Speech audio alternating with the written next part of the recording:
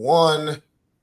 All right, we have an emergency for TL. Hey, So, real quick, it's your boy. I ain't gonna do the whole thing this time. It's Flex Washington in this piece. and it's a shooting star. so, um, today, I want to say it was as early as when was this tweet? I would probably say this was around midday. Yeah, 1:46 p.m. 1:46 p.m. Thank you. So, long story short, y'all, this is basically about Westside Gunn, who is a rapper from Buffalo, a very well-known rapper underneath the Griselda. Very, very, very big wrestling fan. Super duper wrestling fan.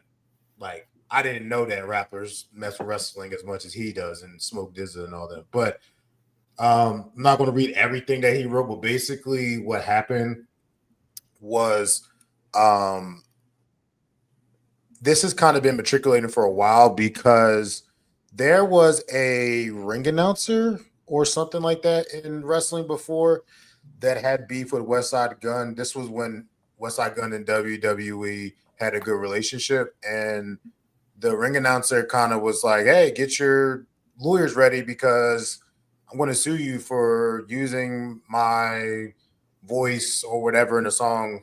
It was some stuff back in the day, but I guess recently he was kicked out of Raw, and I want to say it was in Buffalo. Whenever they was in Raw in Buffalo, Yeah. um, he said it was within like 5 minutes of him being there. He got kicked out of his $5,000 seat, and yeah, he basically told WWE to you know where to go. Um, $50,000 seat. I'm sorry, I don't want to shortchange you, Westside. I don't want to be part of a song. $50,000 seats. So, uh, Well, for yeah, the go ahead. time that he got kicked out, he did spend 5K that day. He's just saying he has spent 50K on a suite in the past. Oh, yes. I'm sorry. Yes. And also that he was going to do that for the WrestleMania this year that's coming up again in Vegas. Yeah. Not sure he's going to continue to do that. But, he also now owns his own company. His own wrestling company, which is dope, Fourth Row Wrestling. Um, Star, go ahead. What are your thoughts about it, bro? It's nasty work. To sum it up, uh I mean, do you really think it's because of the titles of his songs? I don't think everybody's mad about it. I think that it probably is just one or couple or like maybe major people in WWE that don't like that he uses it, and maybe some of the old wrestlers don't like it either because the infamous DDP versus Jay-Z and who owns the rock symbol and all that. Mm-hmm. It just seems like there's just WWE has a love and hate relationship sometimes with rappers. You have like good relationships like a Wale, or you Yeah, have good relationships like with like Snoop in the Snoop, past. right? Like very like decent relationships where you're like, okay, they can always double back and get into that. Yeah. Then you have ones like this, and then you have like the ones with Jay-Z, and then it just makes it seem like they're just not working with people, and it sucks. The thing that so I'm just gonna try and be as objective as possible. Of course. Um Actually, funny enough, I want to say, yeah, it was when we went to the TNA event. I actually met him, took a picture with him, Did. and that kind of at that point I knew he was into wrestling, but after that I kind of followed him a little bit more to see like beyond the music, and I started to see like, oh, he's really heavy into this. That's when I found out like he has his own promotion, Mhm. and it's like a grassroots thing, and it's beloved. In terms of the controversy, you know yeah, sure, many people may not have an issue with it. All it takes is the wrong one. And I think as much as so I'm saying mixed signals here because the prices are being jacked up again. The three most dangerous letters in all of sports entertainment. The thing is, they want that exposure. Mm-hmm. They're not paying him for that exposure. Mm-hmm. He has the money to do it. He's paying for it. Now, is it petty to the point that, well, if you're going to continue making music, even though you're paying homage and being respectful and all that, but we ain't really getting money off of that either? Because everything always comes down to money. Someone might say that as bad as this is, they could have just straight up sued him. Mm. To our knowledge, it's not a lawsuit, but it might be incoming. I think they're actually giving him a chance to take all his music down, which is crazy. But he's already profited off of whatever music he's released. Mm-hmm. But Yeah. generally, you don't get sued unless you typically don't get sued if you're paying homage. But if you're literally using like intellectual property and making it your own, then that's usually where it's a problem. But I mean, he's a fan. I don't get it. Yeah, and I totally agree with your take in the case of you know somebody that's giving you free promo, and like he was saying in his post, he kind of brought a lot more eyes onto the product that other people didn't want to look at it anymore. And you always go through the phase of you like wrestling when you're young, and then kind of when you're teenage up until probably college years, you're kind of like, wrestling's fake, whatever, nobody cares. But then you either stay with that mindset and you just never return back into it, or you return back into it with a more, mature mindset about the business and Yeah. what people go through to get to that point. And I think that he's probably part of the latter where, I think when I was watching him talking, he was on Talk with Flea with Cameron, and Cameron was asking him like, like how did you get into wrestling and all that. Thanks for using my question, Cameron, but it's okay. But he was basically Bloodshot Gun was like, yeah, like I watched it with my cousin, with Conway the Machine, his cousin, and then they watched it with his aunt, was Conway Machine's mom, so his aunt, and they were watching it together, and they just continue watching it up until the point. And it's ironic that like you said, WWE is like, well, we're not getting paid off of it, so you don't need to be worrying about that. It's all about money.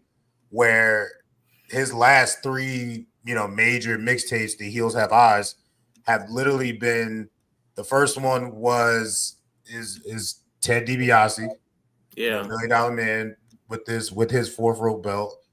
And then the second one was Virgil and Ted DiBiase. Oh, I'm sorry, just Virgil with the belt. And now this third one, which is in our background, is DiBiase and Virgil with the fourth row belt. And it's like, it gets to a point where your greed is going to sour a lot more people to not watch your product. And it's hilarious that you are doing this while the other competition, which is AEW, has welcomed him with open arms. They have partnerships with him. They let him use some of their wrestlers in fourth rope. And it's always been, first of all, I'm sorry, I forgot this. The most over theme song in AEW is his song with Smoke DZA. Oh yeah. The We Hurt People. Yes, the Hurt Syndicate song is him. So evidently that is the partnership that him and AEW have. And it's like, if I'm Tony Khan, I'm like, ooh, great, not great, but like you guys are just shooting yourself in the foot at this moment because it's becoming so easy now for me to just get more fans.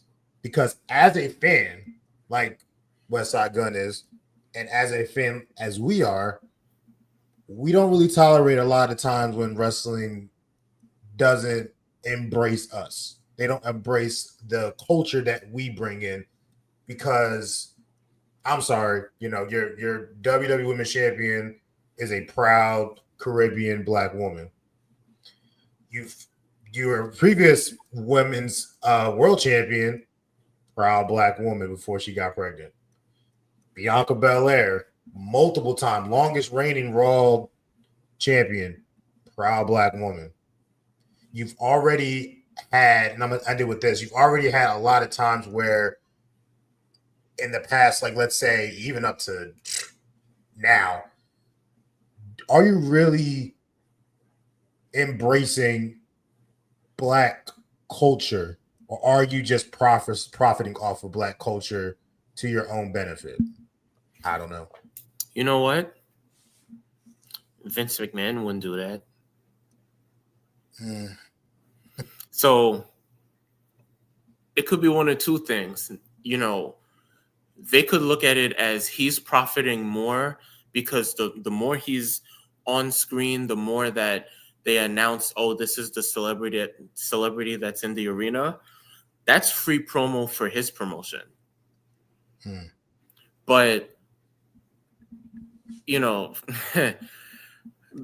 to not say the other acronym, I'll just say WWE and you'll know what I'm talking about.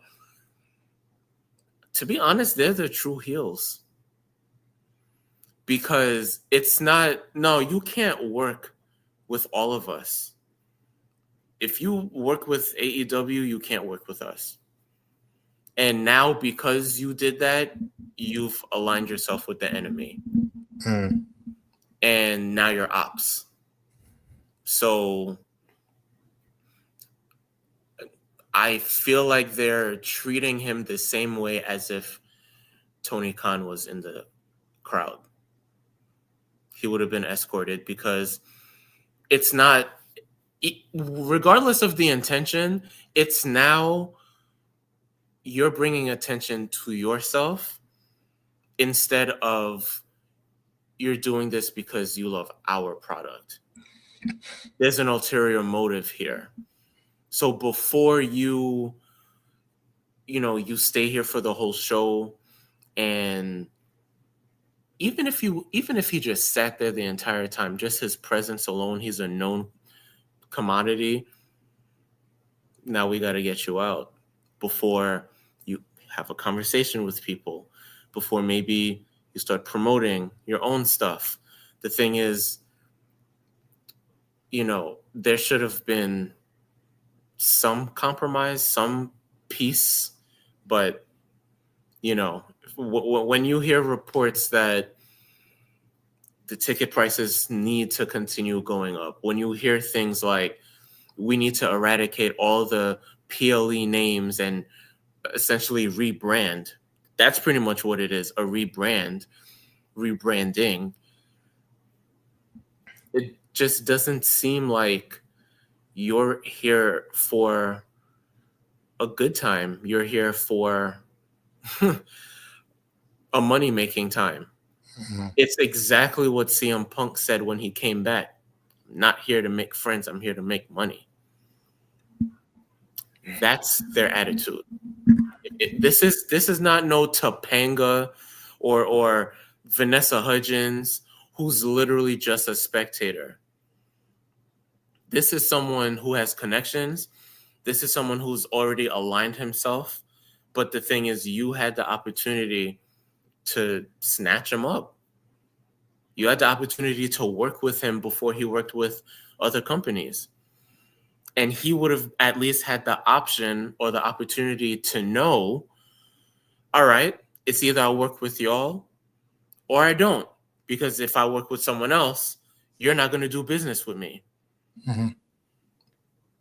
But in a different way, it's another example of them attacking the fans. It's just a different tax bracket. It just sucks that, like you said, you met him at a TNA event, and TNA has a working relationship with WWE. It's like it's right there for you. You don't Yeah. even have to really try that hard. And it seems to me now where WWE and the three band letters they're in a antiquated mindset where they're like, well, it's us versus them. Yeah. And I think AEW and other companies are like, we just here to like push our culture forward. Like this, like wrestling is a culture in itself. It's a subculture of people that have attached themselves to an entertainment, like how people watch baddies or how people will stay up and watch, an American Idol or just like that coalition of fans. It's our entertainment. Yeah. But it's like WWE's trying to work it as well. We're not. We should be the sole proprietor. We're the monopoly of this business, and that's not how it works. Guess what? The biggest in our lifetimes, honestly, one of the biggest, us versus them was Sony versus Microsoft with the PlayStation versus Xbox. Mm-hmm. Since that has kind of already been remedied to the point where Sony and Microsoft are sharing games with each other. Yeah. There's not really many exclusives anymore. Mm-hmm. There's a word in wrestling called the forbidden door, and breaking that down. It seems like WWE doesn't want to do that. AEW wouldn't mind doing it because at the end of the day, I think Tony Khan, though some of his ideas are crazy, he's a fan. Yes. He was one of us. He always says that. And you can tell that he's running his business like a fan. And we have problems with what he does sometimes, but we also like what he does sometimes. But there's people in place in WWE right now that are treating it like a company and not just and like a bad company, like one of those Devil Wears Prada companies or one of those Secession, if you've ever seen that show, that company where it's a conglomerate. It's like should be the sole proprietor of this. And if we are not, then it's all hands on deck and it's cutthroat business. Yeah. Nah, it's not even like that. Like y'all doing too much. Like we just want to watch. We just want to watch. Will Ospreay go against Seth Rollins and have a great promo battle with each other because they already done it before. We would love to see a Obafemi go up against Powerhouse Hobbs Yep. to see who is really the dominant one. Right. We can't get that though. Nope.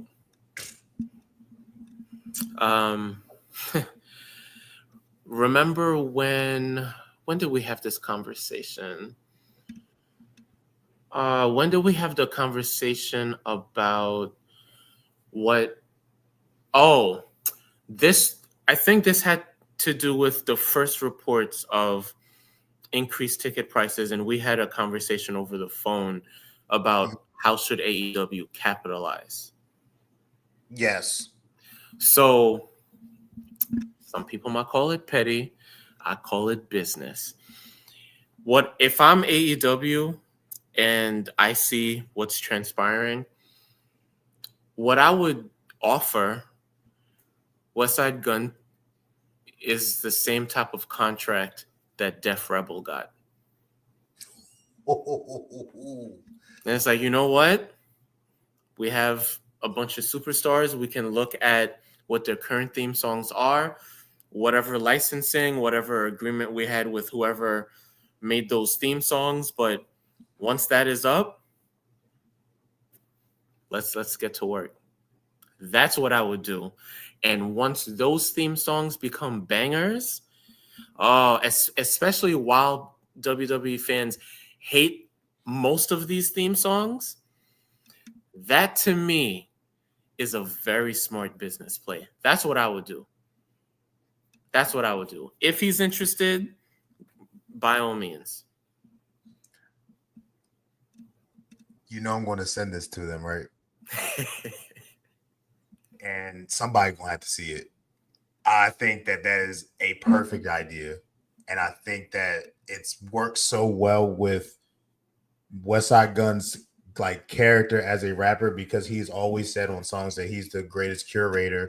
You know, he's not a rapper, he's an artiste. You know, it's very much like if he does this for AEW, like, could you imagine the type of theme songs he could do for literally everybody on that roster? Yeah. Because his ear for music is so complex and so out of this world that this would be this is honestly would be better than counter programming to me. Oh, I agree. This is really taking you know what what? you have. Yeah. You could even make it a little bit more lucrative where let's just take it for 1 year. He produces the theme songs to all their pay-per-views. You keep it in-house. You already know it's going to be a banger. This is someone you're in contract with, so you have a working relationship with him. So you can work on matching the theme song to the pay-per-view instead of trying to find another song that already exists that kind of works with the theme. It's essentially doing everything from scratch, but it's in-house. So where, I don't know, if you have, pay-per-view number 1 and it's some rock song from some band and you paid them $2,000, but for this pay-per-view, it just so happens to be like, I don't know, a top 40 song where it's going to cost you $10K, you don't have to worry about that. It would just cost the same each time with Westside Gunn. And the thing about AEW is that they don't mind using licensed music. They literally use licensed music all the time. But that's because they just want to, they don't want to cut corners. They want to give themselves a competitive edge. So Tony Khan has clearly shown that spending money is not a problem. Yeah. And if it works, great. If it doesn't, next show. I love it. I love that idea. I would love for them to do that. And because we also just want to see competition. We don't like when WWE thinks that whatever they do is word of I mean, it's law. Like, it just seems like they just have such like a big inflated or it's arrogant. bloviated. Yeah, like their mindset so much like we can't do anything wrong. And what we do is we're gonna make sure that whatever we do is the right decision. But then when they make the wrong decision, it's like, oh well, you're just not ready for what we have yet. And it's like, no, you made the wrong decision. Sit on that. You have decreasing prices. You messed up on Floppapalooza. Your Q3 or Q4, whatever it is right now, sales have been down because of the decision that you're making, and you're still saying the wrong thing. Like, yeah, when are you gonna wake up? It's so sad. It's so sad. This is like we're here thinking like earlier in the year that the biggest issue was storylines. Like everyone, I mean, I'm not saying that we shouldn't criticize it, but like everyone's focus was Triple H and creative. And now, like, even if Triple H was producing like the way that we got SmackDown last night, if that was consistent, it's still going to get to a point where you're kind of looking at yourself like I know I'm going to have a great time, but like, man, that's not even responsible. Like, I used to pay this money for PLEs. Now this is not even a 100 section price. This is just to get in the building. Mm-hmm. It's sad, mainly because regardless of what everyone says, this is most likely the promotion that got you into wrestling in the first place. Oh, of course. You can have your favorites now, but how did you start watching wrestling? Name your era. It was most likely WWE. And even if you were a fan of ECW, WCW, TNA, it was always that and WWE. Mm-hmm. And to wipe out that promotion because of greed and those that are just not fans, just businessmen, it's like I don't even want to see that funeral. Because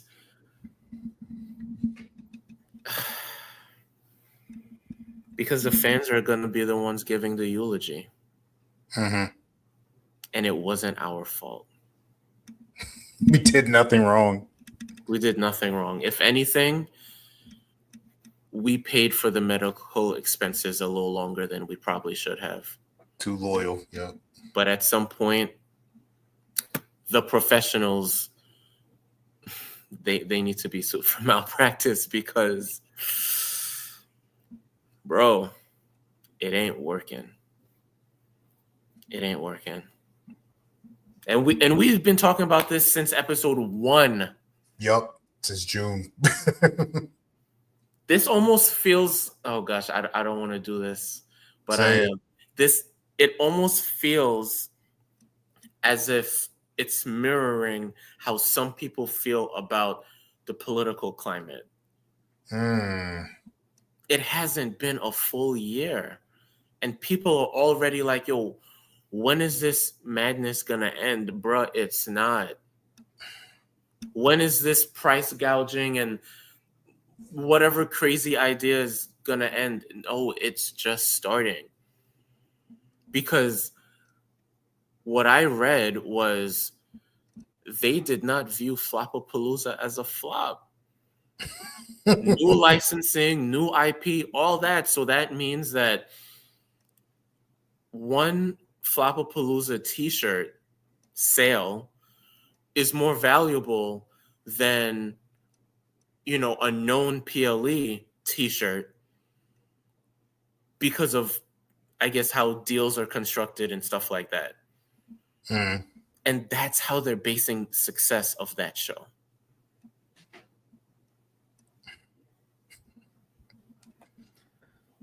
I think that they, like I just told you, they are blind to the fact that they are ruining their own business. And if they see that if ESPN is really telling them like, yo, we expected to get this amount and we didn't even get a third, a fourth of that in new subscribers, because this was supposed to be the whole like, we're joining up with ESPN. The worldwide leader in sports is teaming up with the worldwide leader in entertainment. And what came out of it? Flopapalooza came out of it. We haven't gotten a great PLE since then. You know what's hilarious? Saturday Night Main Event that just passed,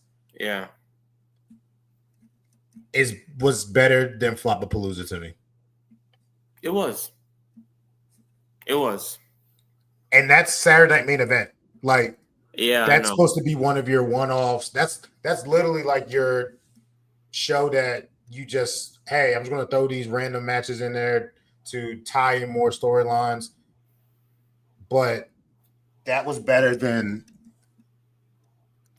your marquee show that you were trying to portray to be the next WrestleMania or the WrestleMania of whatever. So then I'll say at this time, you were correct. Because I believe I said Flopapalooza will not be back next year.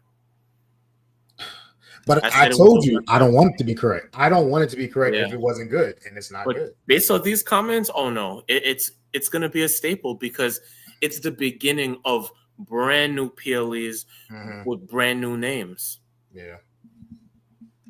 So boy, their downfall is if they completely remove WrestleMania. I don't care about the location. I'm talking about if they just completely change it. That's crazy. I don't think WrestleMania in 2027 is going to be the same as it used to be. And not just because it's in Saudi Arabia. I just think that I don't think that it's going to hit like it usually would, because I don't think that the Saudi fans are going to give it the respect that it deserves because of certain political things that go on over there.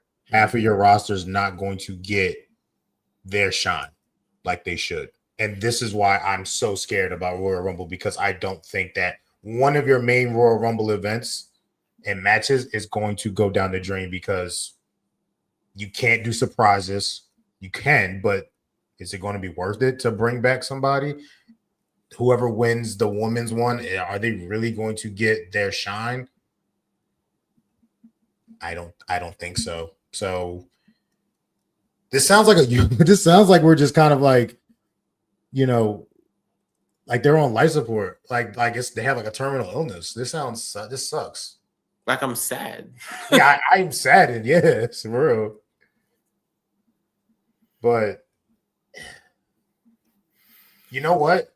It could be worse. We could not have AEW, or AEW could literally be a not great product, and then we will be like, we would have to be kind of forced to just watch this WWE be bad. But maybe where there's unfortunate, death, there will be a resurgence or a rebirth of sorts. Maybe we get back into what it was like when probably, yeah, I don't want to compare it, but I have to. It just sounds like WWE is literally doing WCW stuff where they're shooting their own foot. And it's like AEW is just going with the flow, like how WWF did. They were just like, okay, you want to tell us that Mankind won? You want to try to outdo us? You want to try to counter program us? Go ahead. We don't care. Our product is worth it. Yeah. Man. The thing that made you can break you. The very thing that brought you to relevance, and that thing that brought you everything that you wanted, is now tearing you down. It's like you didn't smell the flowers. You didn't realize where you came from. Yeah. And now you see the error of your ways. You see your greediness. You didn't call your mom and tell her, hey, just thinking about you, love you. You got all that money, you left the hood, and you said, all right, I ain't got to worry about that no more. Yep. Crazy. Well, that was a good emergency one. Yeah, for sure.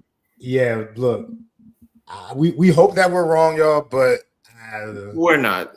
We're not. And in 12 minutes, Sunday will hit. So only Lord knows what will happen. But until that day, we are signing off. It's your boy once again, Flex Washington. And it is your boy, the shooting star, lighting up the nighttime sky. Lighting up the WWE darkness, right?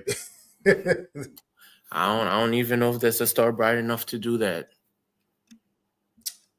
It's you. I believe in you, shooting star. I love you, shooting star. We out this piece.